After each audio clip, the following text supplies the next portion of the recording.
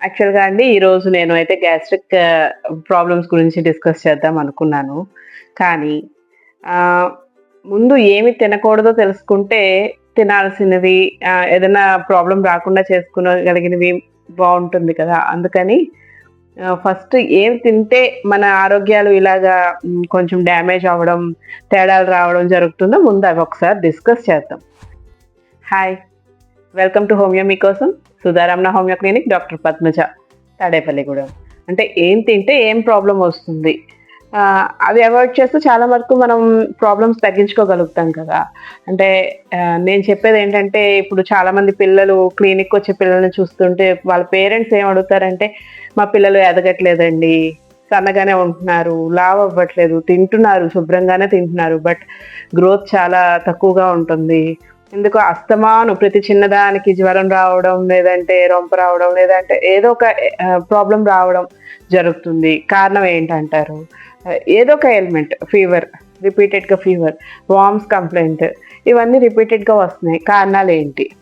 So, వీట్లికి కారణాలేంటి? ఏం తింటే మనకి ఏం ప్రాబ్లమ్ వస్తుంది? మనం ఒక్కసారి చూద్దాం. యాక్చువల్‌గా ఇప్పుడు మనం ఏ షాప్‌కెళ్ళినా అక్కడ ఎక్కువ కలర్‌ఫుల్ ప్యాకెట్స్ కనిపిస్తాయి కదండీ! Just 5 or 10 rupees packets. Chips లేకపోతే డిఫరెంట్ టైప్స్ ఆఫ్ స్నాక్స్ వచ్చేసాయి ఇప్పుడు. అసలు కలర్‌ఫుల్‌గా ఉంటాయి. పిల్లలు ఎంత అట్రాక్ట్ అయిపోతారంటే వాళ్ళు కంపల్సరీ రోజు తినాలి అనుకునే ఐటెమ్స్ అన్నమాట. అయితే వాటిలి వల్ల అవి తింటే ఏమొస్తదన్నది ఈరోజు మనం ఒకసారి చూద్దాం. నేను వీట్లి గురించి చెప్తున్నాను అర్థమైంది కదండీ! కంపెనీ పేర్లు ఎందుకని నేను ముట్టుకోవట్లేదు. అవే ఈ డైరెక్ట్‌గా ఈ చిప్స్ అలాంటివి ఉంటాయి కదా! అవి. ఓకే. ఆ టైప్ ఆఫ్ స్నాక్స్‌లో మనకి ఎక్కువగా ఉండేదేంటి? డీప్ ఫ్రై ఆయిల్స్‌లో అంటే హాట్ ఆయిల్స్‌లో ఫ్రై చేస్తారు కాబట్టి ఫస్ట్ థింగ్ మనకొచ్చేది ఈ trans fats, fatty acids high ఆయిల్స్‌లో బర్న్ చేయడం వల్ల మనకి ఎక్కువగా వచ్చే ఛాన్సెస్ ఉన్నవి హార్ట్ డిసీజెస్ వస్తాయి. వాటిలో సోడియం కంటెంట్ ఉప్పు కూడా చాలా ఎక్కువ ఉంటుంది. అందుకే పిల్లలు ఎక్కువ అట్రాక్ట్ అవుతుంటారు. ఆ ఉప్పు, ఆ టేస్టింగ్ సాల్ట్ వీటిలికి. ఈ టేస్టింగ్ సాల్ట్, ఉప్పు వల్ల మనకి వచ్చేది హై బీపీ. హై బీపీ వస్తుంది. అండ్ తర్వాత ఇంకా చూసుకుంటే వాటిలో ఉండే డిఫరెంట్ కెమికల్స్ అవి ఇవి యాడ్ చేయడం వల్ల గ్యాస్ట్రిక్ డిసార్డర్స్ అంటే తేనుపులు రావడం, పొట్టలో మండడం. ఇప్పుడు చిన్న పిల్లలకి గ్యాస్ట్రిక్ ప్రాబ్లమ్స్ అసలు ఇదివరకు ఉండేవా? చిన్న పిల్లలకి గ్యాస్ట్రిక్ ప్రాబ్లమ్స్. ఇప్పుడు ఎందుకొస్తున్నాయి? మనం తీసుకునే ఆహారం. ఈ గ్యాస్ట్రిక్ ప్రాబ్లమ్స్ వెంటనే అంటే దాంట్లో ఏసేటటువంటి ఆ ఉప్పులు, కారం అండ్ నేను చెప్పినట్టు ఈ టేస్టింగ్ సాల్ట్ వల్ల గ్యాస్ట్రిక్ యాసిడ్ రిఫ్లక్స్ అంటాం. అంటే నోట్లోకి అదే పుల్లగా రావడం, నెక్స్ట్ మండడం, గుండెల్లో మండడం, ఆకలి లేకపోవడం ఎందుకు జరుగుతది? తినాల్సిన టైంలో తినాల్సినవి మానేసి ఇలాంటివి తినేస్తాము. పొట్ట నిండిపోతుంది. ఇంక అన్నం తినరు. ఈ అన్నం తినకపోవడం వల్ల ఏమవుతుంది? ఇలాంటివి తిని వీటిలో ఫైబర్ కంటెంట్ ఉండదు కదా! అందుకని మోషన్ సరిగ్గా అవ్వదు.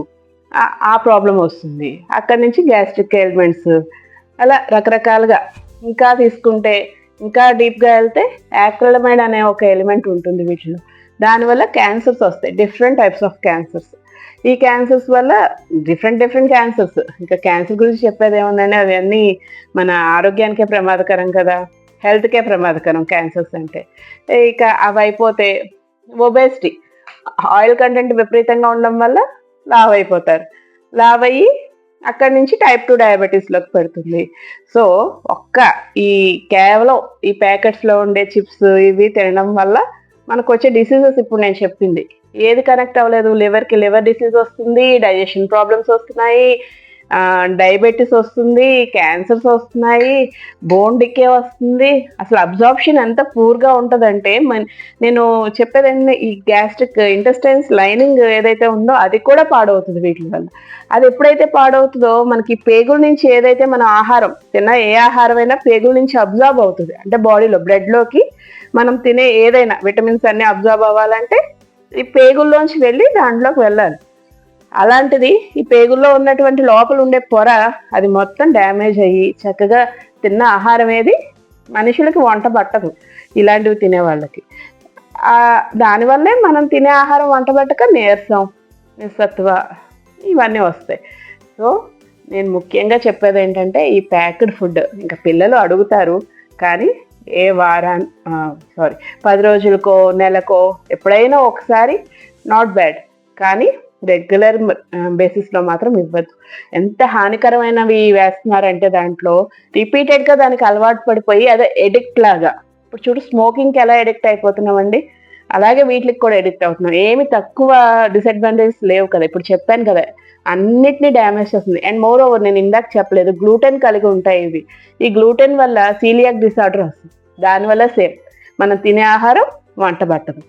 సో చూడండి ఎంత ప్రమాదకరమైనవి మనం మన పిల్లలకి పెడుతున్నామో, ఎంత పాయిజనస్ థింగ్స్. సో నేను చెప్పేది ముందు ఇవి అవాయిడ్ చేసేయండి, మీ పిల్లలు ఆరోగ్యంగా ఉంటారు. వీటి వల్ల ఇంకో కంప్లైంట్, వామ్స్ కంప్లైంట్ కూడా వస్తుంది. నులి పురుగులు విపరీతంగా ఉంటాయి, కడుపు నొప్పి వస్తుంది, ఎందుకో తెలియదు, దురదలు వస్తాయి మోషన్కి వెళ్ళే చోట, తెలియదు. ఇదే కారణం. వామ్స్ కంప్లైంట్ ఒక్కొక్కసారి ఎలాంటి వామ్స్ వస్తాయంటే మొత్తం పేగులు కన్నాలు పడిపోతాయి. అంతవరకు తెచ్చుకోవడం ఎందుకండి, ముందే అవాయిడ్ చేసుకుందాం. ఓకే, నా ఈ వీడియో కంటెంట్ నచ్చినట్టయితే సబ్స్క్రైబ్ చేయండి, లైక్ చేయండి మరియు షేర్ చేయండి, అండ్ బెల్ ఐకాన్ పుష్ చేయండి. Thank you so much.